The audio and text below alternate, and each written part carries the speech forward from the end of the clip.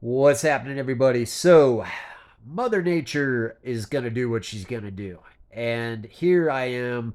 I'm talking in this video, but it was so windy you couldn't hear me. We had a storm a coming and ended up getting flooded.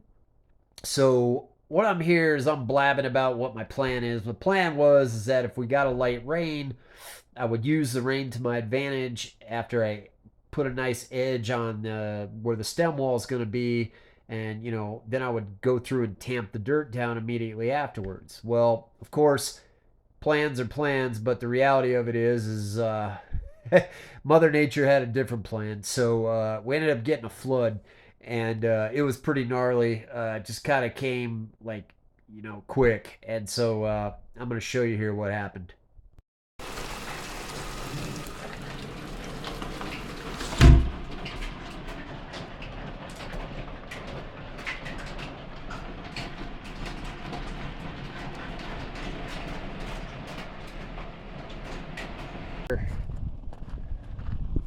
Coming through here now.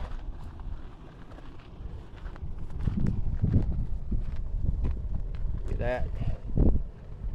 Yep, that is what we get. Interesting this time was the rains came from that direction, hit us hard. Like, I told y'all when we get rains, we get downpours. It's not like a normal rain most of the time. It's usually like we'll get an inch or 2 inches in like less than an hour, that kind of thing. So it floods. It rained here, it came from that direction, which is west, and it came from the west, hit us, and then went back that direction, and then the wash had some water in it, but it was gone mostly in about an hour. And then this water is actually not from the rain here. This is from a rain up there. So it was interesting because I could hear the water running when I was walking around, and the wash was fairly dry. And then I saw the flood of water come. It was kind of cool. But also, you could tell it could be dangerous. But it's not that dangerous out here. Anyways, so yeah, kind of puts a damper on my foundation stuff that I was doing. But good news is it'll wet the dirt enough so I can tamp it down real good and make sure that it's hard as can possibly be. So that'll be nice. But yeah, here we are. All right, folks, so this is what you call the aftermath. So I actually had to wait 2 days to even do this. Here I am removing the water out of these footings with a bucket, and I actually had a pump here too. Yeah, so it really put a damper on things, like I said, because I had these all nice and squared out and was ready to put the edging on the stem wall, but when the flood came, it just kind of ruined everything. So I basically have to kind of start over. So the good news is the dirt's nice and wet. The bad news is I gotta wait for these to dry out so I can re-shovel the dirt out of these footings. But I decided, well, all right, well, I'll just do the stem wall today and get that area prepped. And so that's what I ended up doing. So what I'm doing here is this is actually a caliche bar. And what I do here is I have a string line here, and I'm just using that string line as my reference point to just make a nice better edge here so you can actually have a distinction between where the wall is going to be. And so that's what I'm doing, just basically chopping dirt down. You can see here it's nice and wet. So anyways, you're going to get to see me use my homemade tamper that I made for my jackhammer here in a second. So that's what I'll end up doing next. All right, so this here is a homemade tamper that I made for my jackhammer. They actually sell these, but I wanted one that was bigger to fit my stem walls here, so it's about to get loud, folks.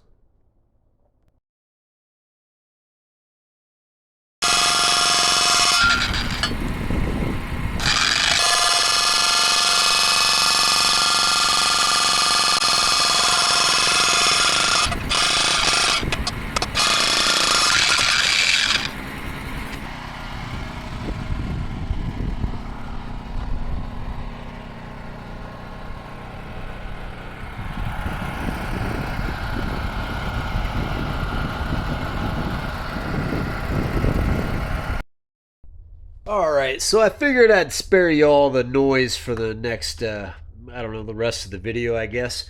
So what I did was I spent my day doing this and was able to knock out the whole stem wall for the whole perimeter, which was really awesome. Now all I got to do is deal with the footings. Hopefully tomorrow I'll get started on that so I can finish all that up.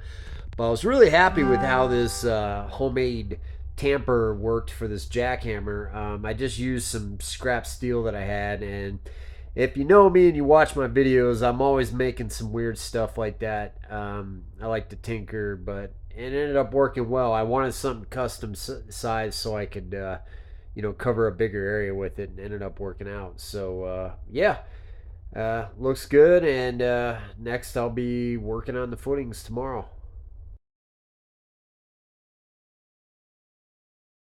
I've got everything kind of caught up. It's a pain. I'll be happy when this is done. But it did give me some time to reflect on some things, and I decided that we're going to use stone, kind of a slip form stone masonry on our stem walls after all. Still going to use rebar, still doing the same thing, still using concrete and the footings. Same, the only thing different is more the aesthetics of it. We like the stone masonry look.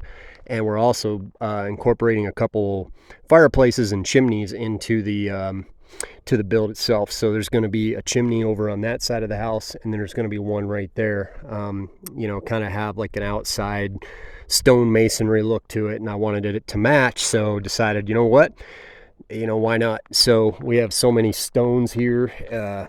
All this field stone we have here, and I'm just going to take the pressure washer, wash them off, and be good to go. So yeah, it was nice to finally get some stuff done. And well, let's see where else. I'm going to take you somewhere. All right, so it's getting dark, but still should be able to see me. So I'm going to walk down here. You're going to hear my goats because I got to feed them. But here we go. So yeah, you can see behind me here, I'm heading down to the earth bag building and the pallet shed, and I wanted to show you guys something here to give you an idea what I'm talking about for the stone. Okay, so that's part of a wall that I've done here. This is eventually going to be a stove. Actually, I want to make an outdoor cooking oven here, stove / oven, and gonna make another wall over there and another wall this way, and then put the stove in the middle there. It's just one of those things. I started it last year, and I did it right before we started getting freezing weather out here, so I kind of had to stop because can't really pour concrete in freezing weather. So yeah, I just kind of left the wall here. Also wanted to just make observations, see how it held up. Everything that I've done down here for the last 3 years has a purpose, and the purpose is to give myself kind of an apprenticeship before we started building the house. This was all by design for me. A lot of people probably wonder when I was going to build my house and whatnot, but the reality of it is even though I've built a ton of things over the years, I've not built a house. So I wanted to have practice under my belt, and just like anything in life, if you just go straight into doing something without ever having practiced it, you'll probably do fine with it, but you're going to make big mistakes. And I think people that build their houses that way will eventually find that out, unfortunately. So I didn't want to find out the hard way. So there were things that I just wanted to learn, this being one of them. So now when I go to do the house, this isn't a question mark. I'm not going to be like, I wonder if this is going to work. I know it works. So I've already built a couple pads over there with this type of building technique. They actually call this slip form stone masonry, but there's another name for it when you incorporate stones into concrete, and it's called cyclopean concrete, I believe, something like that. But basically, it's supposed to be 40% stone and then 60% concrete, and they just don't use it anymore. The thing about the stem walls is that they're not load bearing. So none of those walls are load bearing. The only load bearing points are going to be those footings. So I'm sticking to normal concrete for those. So it'll be fine. And it's a little bit of a change. It's going to cost a little bit extra work. However, it's also going to save us a substantial amount of money. I figured out, instead of having a pour done for that and just doing it by hand, It's $1,800 roughly that it's going to save us, although obviously it's going to take the time. So the question is going to be is how long is it going to take? So every time that I do a project like this, let me pause it here. Okay, so every time that I do these projects out here, especially when it comes to building the house now, I have a little technique that I use, and basically it's real simple.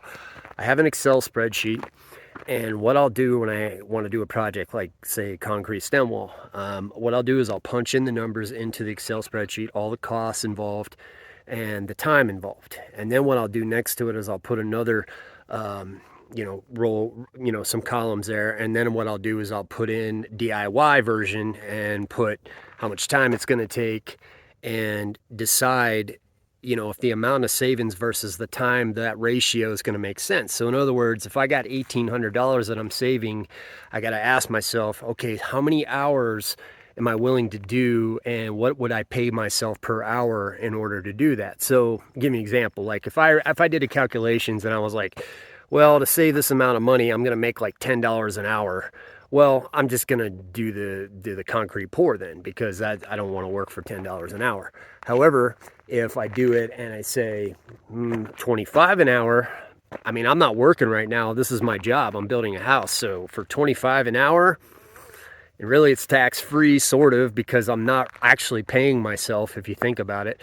That actually works out. So I say, 25 an hour, tax-free, because like I said, I'm basically just saving money on building materials. Then that makes sense for me. So that's how I've been figuring out when and how I'm going to DIY things. I mean, I did that with the trusses for the build, those 40-foot trusses I'm going to be doing, even the smaller trusses, and basically just got some quotes on trusses, and I just said, I'm totally going to build those because I can pay myself that money, or save that money in building materials. So when it's all said and done and we do the actual layout of the costs involved with this house build, which I will do, it's going to be a rough estimate, but I'm going to give you guys pretty close the numbers on how much it's going to cost to build a 2,000 square foot metal building, the DIY version, and I will let you all know that. So anyways, it's getting dark, so I just wanted to touch base with everybody. Hope everybody's had a good week, and I gotta go feed the animals. The goats are pretty pissed at me right now, so hope y'all have a good weekend. Talk to you soon.